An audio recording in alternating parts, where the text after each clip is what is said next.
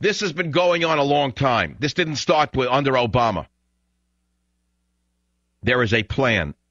We have the most dangerous foreign policy team in history running this country. And their design is to completely disarm us and take us into the New World Order. That's the whole plan here. That's why they let him get on the plane. In other words, if they knew who he was and they let him get on the plane, why did they let him get on the plane? Maybe that he failed to set off the bomb disappointed them. Maybe they wanted the bomb to go off in order to institute martial law and even more draconian measures. I mean, you want to just start playing games with your head here? Let's start playing games with your head. Start going in every direction. It's not illegal to think, is it?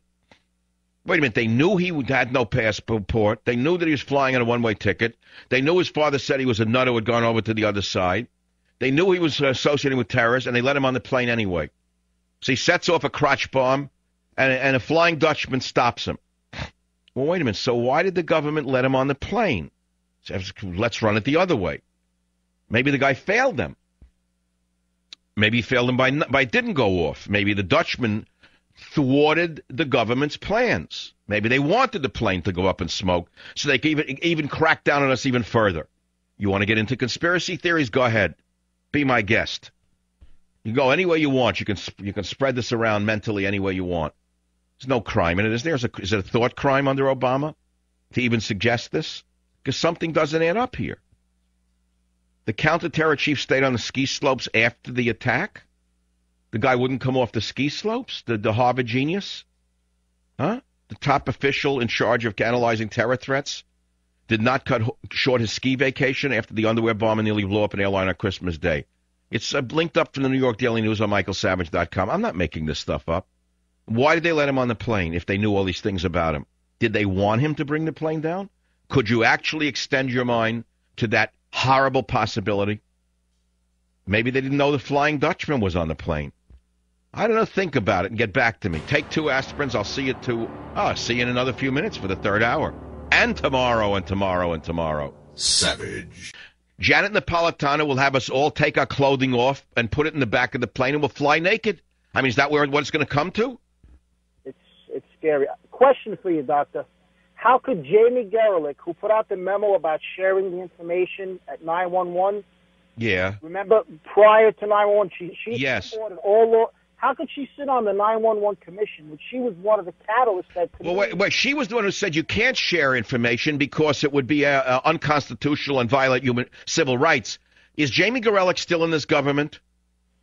I don't know, but people should go on the internet and read that memo. No, I remember what you said, and it brings up a very good point, because right now Obama's saying that the exact opposite should be done, is that they should share intelligence. We're back to where we were before under Bush.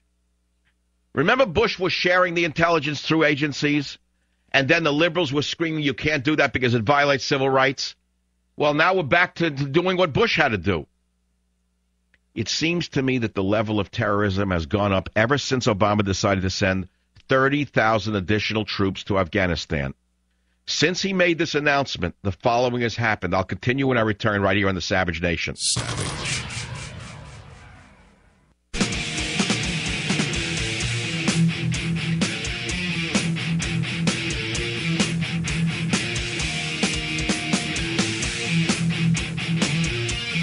Well, we're talking about the government, wringing their hands and saying the system failed without firing anybody, and that's a mistake. In other words, if there was a breakdown of accountability and it was systemic, then you fire somebody in the system. They did everything wrong. They failed to watch list the guy. He had a U.S. visa. Could you imagine that he has a U.S. visa and I'm banned from Britain? Can you imagine this? The more I study this case, the angrier I get at Britain, that they actually put me on a list with terrorists and murderers. Can you believe this? Your favorite talk show host who has never committed a criminal act in his life, has never been associated with terrorists, is banned from Britain while they're filled with Muslims who are threatening to overthrow their own government. Can you imagine this? The outrage that I have and I feel. My blood is boiling. Now, my government doesn't defend me. The great Hillary Clinton has not lifted a finger to defend an American citizen unfairly targeted by a Western democracy. Need I mention Fox News? AP? I'm the only member of the American media banned by a Western nation. They make believe it didn't happen. They want me to hang all you good conservative friends out there in the media. All of the Viagra guys with chest pains. They got pains in the soul, all of those people. Wrap themselves in a flag up. Don't get me started here. I got a lot to get angry at, and I'm trying not to. Who's on the watch list now? Who's now on the watch list? Are you on it? Tell me who's on the new watch list that they're going to make up.